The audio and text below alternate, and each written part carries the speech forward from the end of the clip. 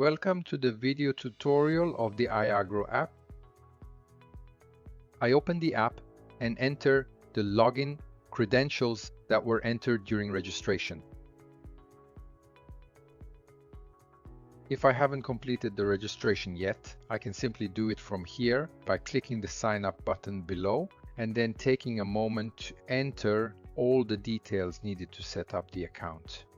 So I am going to enter the login credentials, email and password, and then click on login. After this, I'll be in a section where I select both the farm and the production unit. If I don't have any production units yet, I can create one from here. Once the farm center has been selected, the various fields contained within that production unit will then be shown to me, which I can see separated by crop type. And I can also use the buttons located at the top right where you can search, apply filters, or adjust the sorting in a different way. From the main screen, I can create a new field by clicking the Add Field button on the bottom right. An interactive map will open where I can search for the field manually or by using the search bar at the top. I draw the field, and once I've finished by clicking on Save, I'll then be able to enter the name of this field. I can then select the crop type. The main tree crops are available, including tropical crops, and some characteristics of this field like inter-row spacing and distance between plants, plus possibly some notes. By clicking Save, I'll be brought back to the main screen where I'll be able to clearly see the newly created field listed there. Going inside, in the Field Data tab, I can see the data I just entered, including further information calculated by the app, such as the area, the perimeter, and the estimated number of plants on this field. Inside the field, I have a whole series of tabs available that give me more information on this plot. For example, the Weather tab lets me view ultra-high resolution weather data along with a full 7-day forecast, and it also allows me to consult the optimal spraying windows for pesticide treatments. So there are hourly windows within the same day where I can see if the condition is suitable or not for spraying pesticide treatments.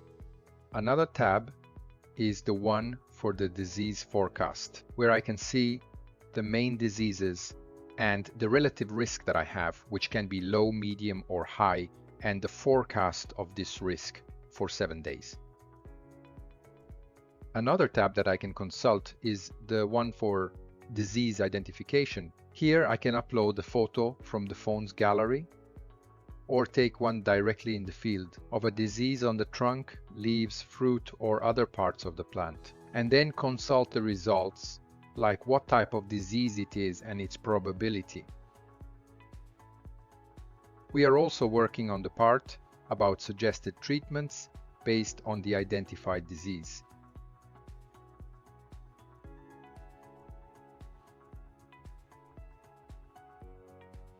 Another tab available to us is the one dedicated to exporting data and survey records. And then, as mentioned earlier, we have the last tab, that is the Field Data tab.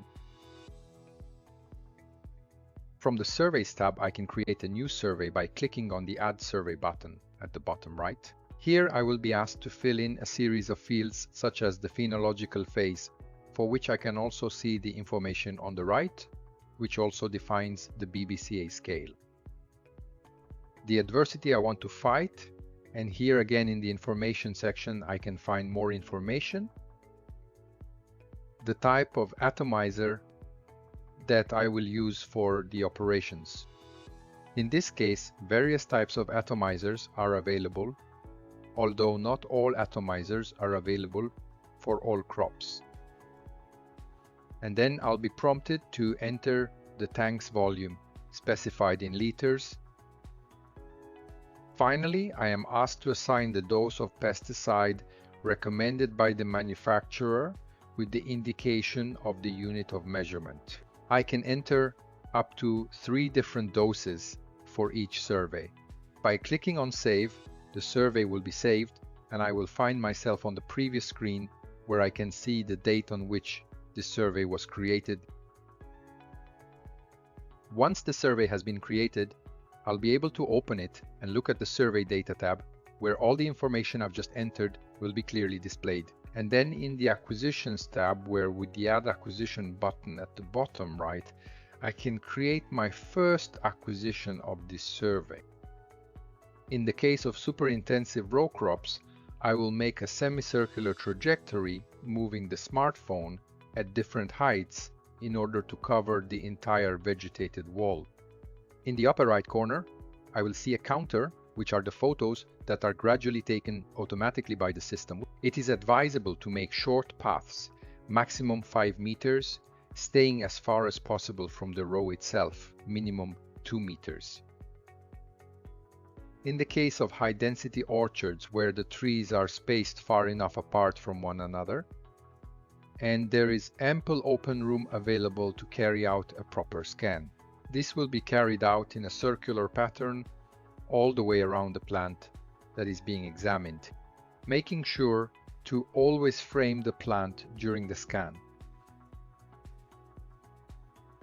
In this case, just one lap around the plant will be enough, maintaining a sufficient distance, minimum 3 meters.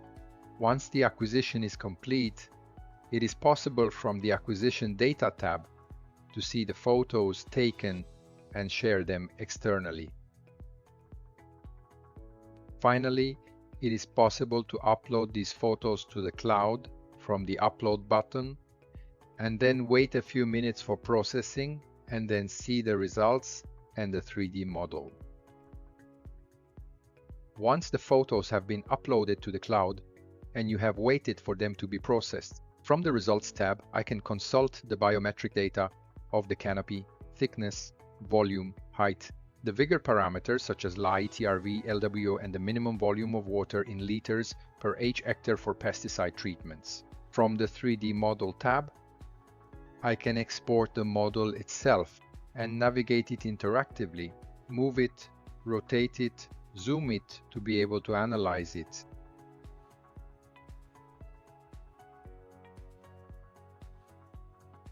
Within the same survey, I will be able to create multiple acquisitions that are properly distributed across the entire plot, and I can do so within a period of up to 5 days from the date the survey was created. This is to ensure that information from different phenological phases does not get mixed up or overlap with each other.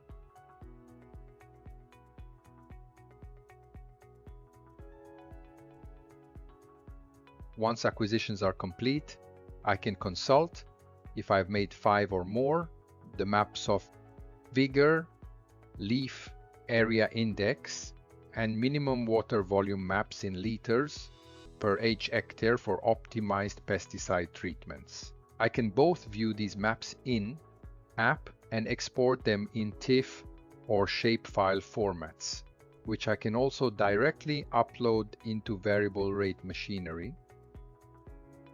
If I want to export the acquisition results in a tabular format, I can do so from the Export Data tab within the field. Here I can select one or more surveys that have been carried out within that field, and then proceed to create an Excel file that will include inside it as many individual sheets as there are surveys I've exported. So in the bottom left, I can see the survey date of this sheet. And inside I will have as many rows as there are acquisitions made within that survey. For each acquisition, as you can see, there is the longitude and latitude, so the geographic coordinates of where that acquisition was performed, and then the results in terms of canopy parameters, vigor parameters, and an indication of the minimum water volume in liters per each hectare for crop treatments, with the amount of agrochemical for the tank and the field, and therefore have an overview of the operation that will be performed. Other sections within the app are the info section, where I can see a description of the app, its main features, and the current version number, and consult the privacy policy and terms and conditions. In the help section, however, I can consult a specific tutorial to best perform acquisitions on various crop types and also to best perform surveys.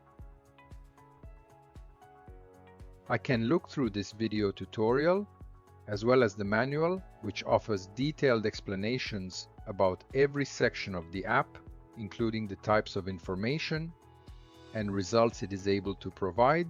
Finally, you can also consult the frequently asked questions we have answered. The profile section contains a summary of the fields, surveys, total hectares, and the number of acquisitions I have performed. I can change language and also switch to a different farm center in order to view its related fields, or, if needed, proceed to create, modify, or delete a farm center. There's also an invitation section where I can bring as many people as I need into my organization so they can actively contribute to the app and to the surveys we're working on. Finally, in the lower part, I can see the type of active subscription.